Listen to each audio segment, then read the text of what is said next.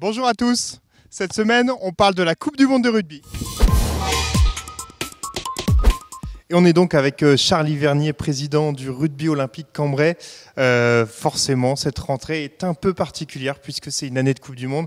Alors Charlie, vous voulez surfer sur la vague Coupe du Monde? Ah, on l'espère au maximum. Tout d'abord, bonjour à toutes et à tous. Oui, bien entendu, c'est le moment ou jamais de faire parler du rugby dans notre région. C'est pas souvent le cas. Donc oui, on essaye d'en profiter au maximum.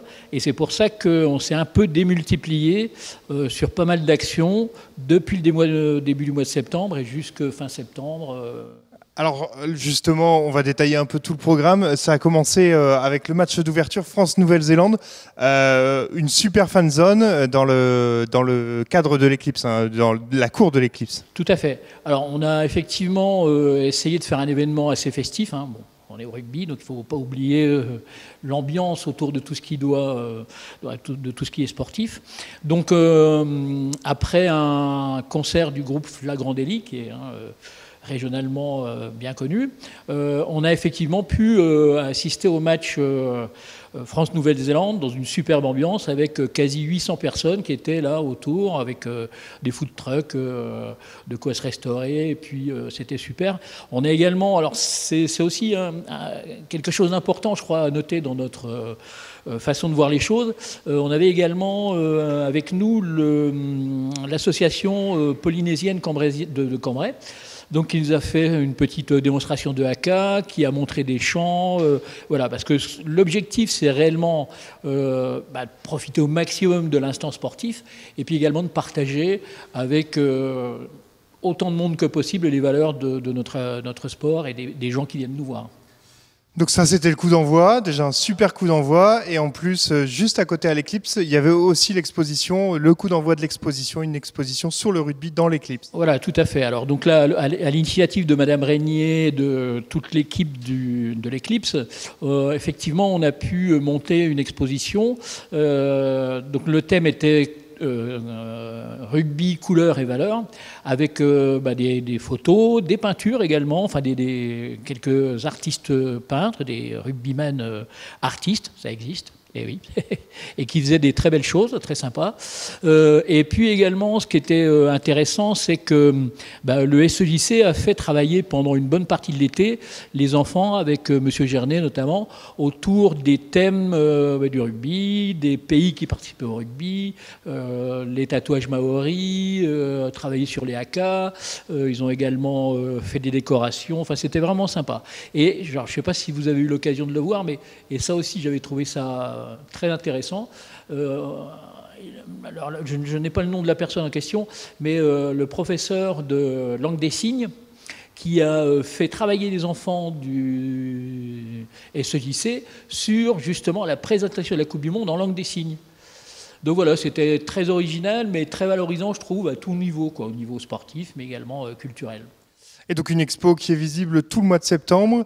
Ensuite, on passe au point suivant. Il n'y a pas que le rugby, que le SEJC qui se mobilise. Il y a aussi les commerçants qui se mobilisent pour surfer aussi sur la vague Coupe du Monde. Voilà, tout à fait. Alors, le club de rugby de Cambrai essaye d'être un club qui est réellement intégré dans la ville, et donc pas de faire nos petites activités dans notre coin, partager notre passion de la balle ovale, entre nous, mais au contraire de s'ouvrir au maximum.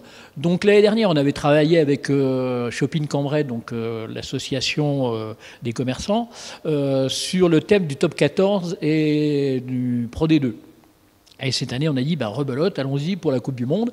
Et là, c'est parti. Donc, à partir du 19 jusqu'au 29, les magasins qui le souhaitent vont pouvoir se décorer aux couleurs de la Coupe du Monde, aux couleurs des pays qui participent. Et puis, les clients de ces différents commerces pourront participer à une tombola.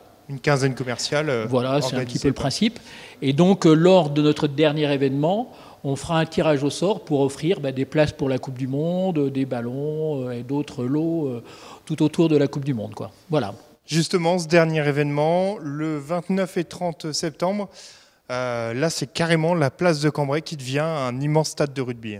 Voilà, alors on aurait préféré effectivement, enfin on aurait aimé avoir toute la place et puis des gradins, des stades, des terrains, etc. Bon, on va se contenter d'une partie de la place qu'on va essayer d'ambiancer, comme on dit, ambiancer façon rugby avec des bandas, avec des enfants, avec des activités. Voilà, l'idée, encore une fois, c'est toujours d'être dans un cadre festif, de montrer ce qu'on sait faire, ce qu'on est capable de faire au niveau de l'accueil, au niveau de ce qu'on peut proposer, parce que là, les gens vont profiter des matchs, et effectivement, de temps en temps, quand on voit les matchs, l'engagement de certains joueurs, on se dit, pouf, ça doit cogner, et effectivement, mais après, il faut bien se rendre compte que le rugby a de grandes vertus éducatives, et que dès le plus jeune âge, à 3-4 ans, on peut jouer, s'amuser et qu'il n'y a aucun risque, pas plus que dans aucune autre pratique. Donc voilà, c'est le but. C'est réellement faire la fête et montrer que le rugby est ouvert à tous, accessible à tous, et tout ça dans une ambiance festive. Avec une journée du 29 plutôt dédiée aux écoles et la journée du 30 vraiment grand public. Voilà. Donc l'idée, c'est que le 29, donc on a déjà également fait des actions avec les écoles. On a fait une Coupe du Monde des écoles primaires là, pendant le printemps, qui a réuni ici 300 enfants avec des instituteurs et tout. C'était là aussi une belle fête. Donc on va les inviter à venir, certains d'entre eux en tout cas, le vendredi matin, faire un petit tournoi, des petites démonstrations. Et le vendredi après-midi, nous allons consacrer l'espace dédié au rugby aux lycéens.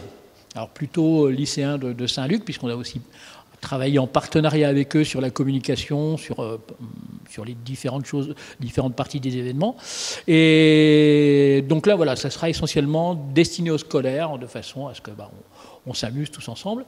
Et par contre, le samedi, donc toute la journée, là, on va délocaliser un petit peu l'école de rugby de Cambrai. C'est quand même 150 enfants qui vont venir sur la place le matin, l'après-midi, faire des petites initiations. On proposera aux gens qui le souhaitent de participer avec nous, de faire des jeux, de s'amuser.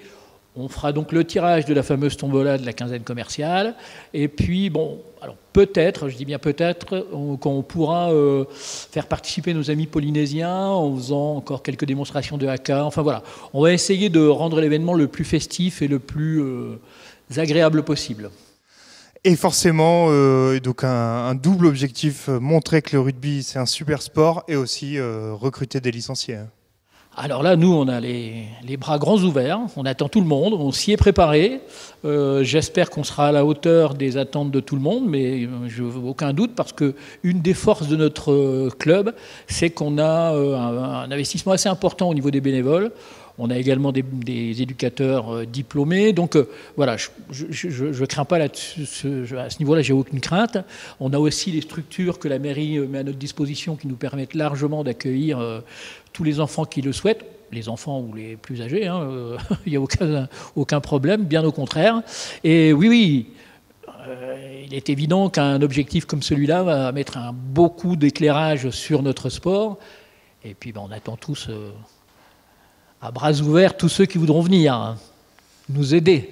Justement, on est dans la Coupe du Monde. Vous avez un œil de supporter un peu avisé. Un pronostic sur le vainqueur ? Alors le pronostic, pronostic de cœur, c'est la France, bien sûr.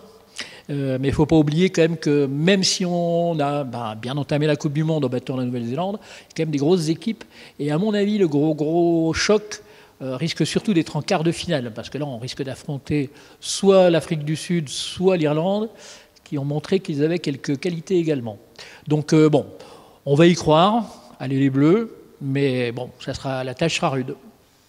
Mais on a l'équipe pour y arriver. On leur souhaite le meilleur. Voilà. Et on va revenir maintenant au rock avec une bonne nouvelle ces derniers jours.